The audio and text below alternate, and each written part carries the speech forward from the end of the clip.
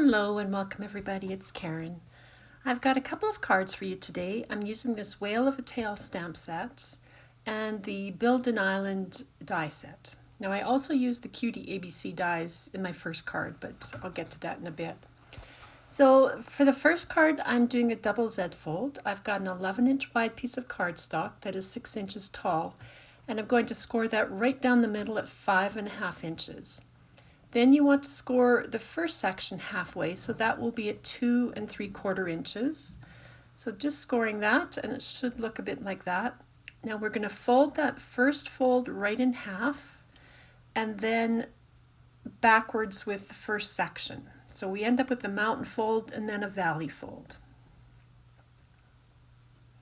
And just give them a good burnish, and there's the start of the Z fold. Now I've die cut that Build an Island set on a scrap of 5.5 inch wide cardstock. And I did that because that right hand side of my card is 5.5 inches wide, so I needed this to extend all the way across. So I'm just finishing off the cutting from the die, and then my little island will reach all the way across. Now you can see I've also cut a few more little palm trees and islands, and I have ink blended my background now just to make a rough sky. You don't have to worry too much about that sky because, well, it gets covered up quite a bit. But for these little islands, I'm using Distress Oxide tea dye ink and just brushing that on. I have got a Copic marker, I think that was E23, and I did nothing fancy. I just brushed on the brown just to give the trunk some color. And then for the leaves, I used That's Mowed Lawn Distress Oxide ink and a little brush, and I just brushed that onto the fronds really quickly, nothing fancy. And then again, I've got an even smaller brush, and I'm putting some Rustic Wilderness Distress Oxide ink. And you can see I'm just kind of flicking it out from the center, just trying to darken up the centers a bit and leave the fronds a bit lighter. Now for the sandy part, I wanted it to look a bit more sandy, so I've got some Distress ink there in Frayed Burlap and Vintage Photo. I'm getting my brush wet, and I'll pick up that ink and I'm just spattering on specks of sand, I guess that would be, or stones, just to give a bit of interest to the sandy parts.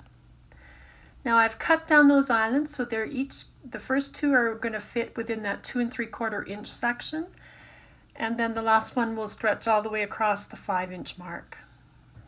Now, to make the wavy border, I have got 3 alcohol inks. That was Sailboat Blue, Turquoise, and Pool. And I've cut a laminating folder down to be about 3 inches wide. I end up trimming this, but I started with about 3 inches. So I'm opening up the laminating folder, putting down, I started with Sailboat Blue at the bottom, added some alcohol. Then I think I went to turquoise, and then finally the pool, and I just did what you do and used my little blower and wiggled that around. And I did need a fair bit of the alcohol just to make everything start to move inside that laminating folder.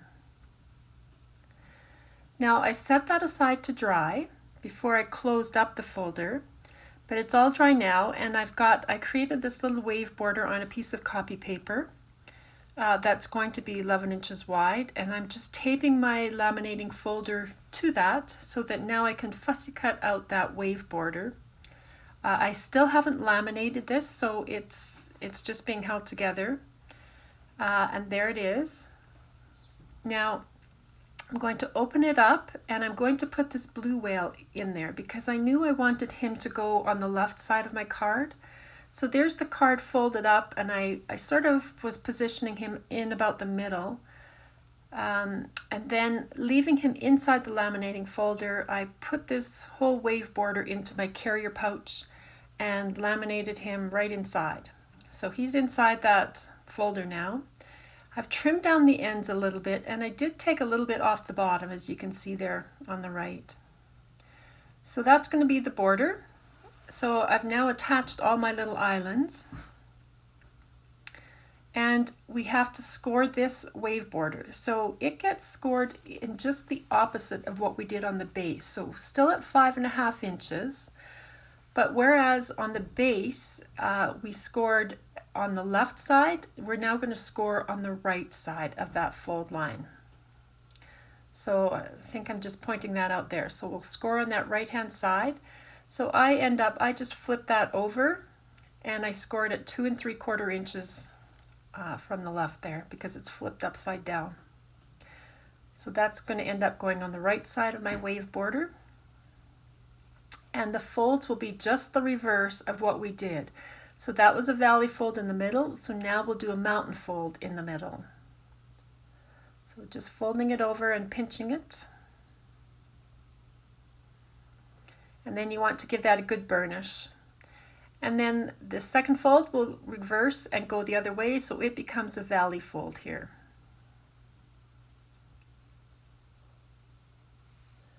So there you have that. So now you can see that sort of classic box shape you get with the double Z folds. Now I've got a little scrap of card, I think that was, or of acetate, I think that was about 1 inch by 4 inches. This is to make a little pop-up box to put my dolphin in. So I'm going to score every 1 inch. It has to be even to make a square, so 1 inch, 2 inches, 3 inches is where I'm going to score this to make 4 even sides. And then I'm going to fold them all in a mountain fold, just give them a good burnish. And you're going to end up with this little box shape, which will become a pop-up box inside that wave border. So there's the square. Now I'm going to put on the outside of the 2 end pieces a little strip of red line tape. And you definitely want this to go on the outside of those end pieces. So there's the box shape. Now that will fit right inside that center fold. So we're going to open that up, take the release paper off one side, and I'm going to butt that right up against that fold line and press it down. And I find with red line tape, if you can really burnish it, it sort of disappears a little bit more. It's not quite so cloudy. So I've taken the release paper off the other side of my box and I'm flattening it out, pressing it right into the other side of that fold line, and then again another good burnish. And then you can see that box is now tucked into the corner of that, and it will fold down when the card's folded. But it gives us something to put some, another image on. It could be a sentiment you want to have popped up there. In my case, I've got this dolphin that I want to have there, so he's going to fit right in there. I'm going to tape this down first, so you only tape onto that first quarter of the card. So with the see-through aspect of the laminating folder, I've put tape right along the left-hand edge and under the whale's tail, because those are both to the left of that first score line, and they'll hold it all in place. So I'm really pushing that down and burnishing it just to try to make that tape disappear a little bit. And then on the right hand edge, we're going to tape only under the last quarter section of the wave border. Now I started off with only this piece of tape. You'll see later I add more, so it does stick down a little bit better, but I was hoping I could get away with this, but I cannot. So I'm just bringing this right up and making the ends and edges meet on the right hand edge, and then again burnishing that really well.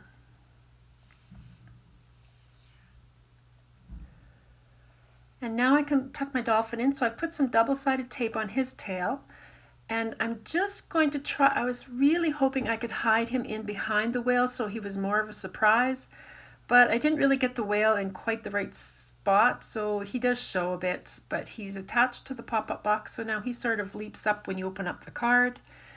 Well, that's my thought on it anyway. So, and then I'm just gluing that killer whale to the back, and he's definitely hidden. Now you can see here I'm adding that extra little bit of tape, and I'm still adding it to that last quarter of the wave border, so it's just on the other side of that score line. I've also I was going to stamp the sentiment, I thought, and put it on a piece of card, but I didn't, so I ended up stamping it onto the background, which was a little bit tricky. But there's the finished card. I've added that happy birthday to you. That was from the Cutie ABC die set, and I just added in a few clouds and seagulls, and that's my card. Hopefully it's a little bit of a surprise, although the dolphin kind of sneaks out. So here's a second card, again with the same whale stamp set. This one is going to be a bridge style card.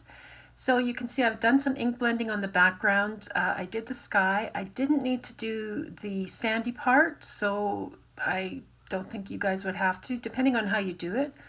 But I'm scoring, it's a 5.5 inch tall piece of card that is 8.5 inches wide, and I'm scoring it 1 inch and 2 inches in from each end.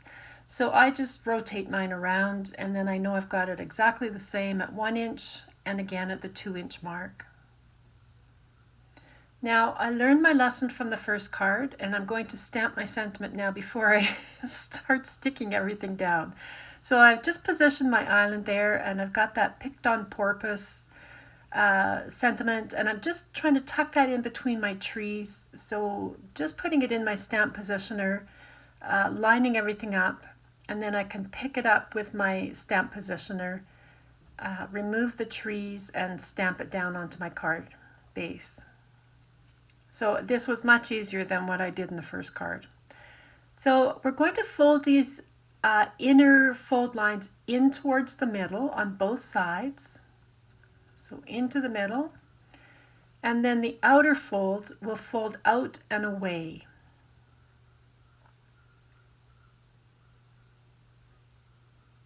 So we'll do that for both of those. And that's going to be the bridge style card. So now you get that depth and dimension on the inside. Now I'm going to glue my island down right in the middle of that middle section. And I had that trimmed down to be the right size. For this one I've got alcohol inked Yupo paper. So there's the one on the top is the laminating folder, and then on the bottom it's Yupo paper. So that just gives you a bit of an idea of the difference between them. It's very opaque with the Yupo paper. Now I've got 2 dolphins from the Whale of a Time stamp set that I'm going to have leaping out of the water. So I've got little 1/2 inch strips of acetate here that I've scored right at 1/2 inch. I think they were, well, they're too long, but I mean it was about 5 inches I think. But these are going to be cut down, so the length doesn't matter as much. So my idea was I was going to have these dolphins leaping out of the water. And so I wanted this one to attach, well, sort of parallel to that tree, I guess there. I've put some red line tape on that little flap that we just created. And I know I want him roughly around where the tree is. So I'm going to stick this now. I'm going to stick it fairly close to that fold line because that will bring him away from the background. And I'll just burnish that down. So it's definitely too long, that lever arm. But now my little dolphin can attach to that and still be jumping out of the water. So I was just trying to figure out where to cut that acetate down. So I'm just sort of holding him in place, and then I will cut off what I don't need. So it ends up being quite a short little arm. So if you just had a little scrap of acetate, it will probably work. And I've put some more red line tape on there, and now I can attach my dolphin there. Now to attach that wavy border, I've got some double-sided tape on the left-hand edge of my wave border. I'm attaching that right to that left side of the card. I'll remove the release paper on this side. Now I'm folding up the left-hand side of the card and flattening out the right-hand side. So you want to make sure that your border is lined up along that edge and try to get that wave border to fit right into the corner on the right hand side. And that way you know you can fold it down flat to go in a card. So there I've added both dolphins. I added another palm tree and some clouds and a seagull or two. And that was my card. So it's definitely one you're going to write on the back. You could put a flap card there if you don't like writing on the back of the card. It doesn't bother me, but those dolphins are kind of fun because they wiggle around a little bit.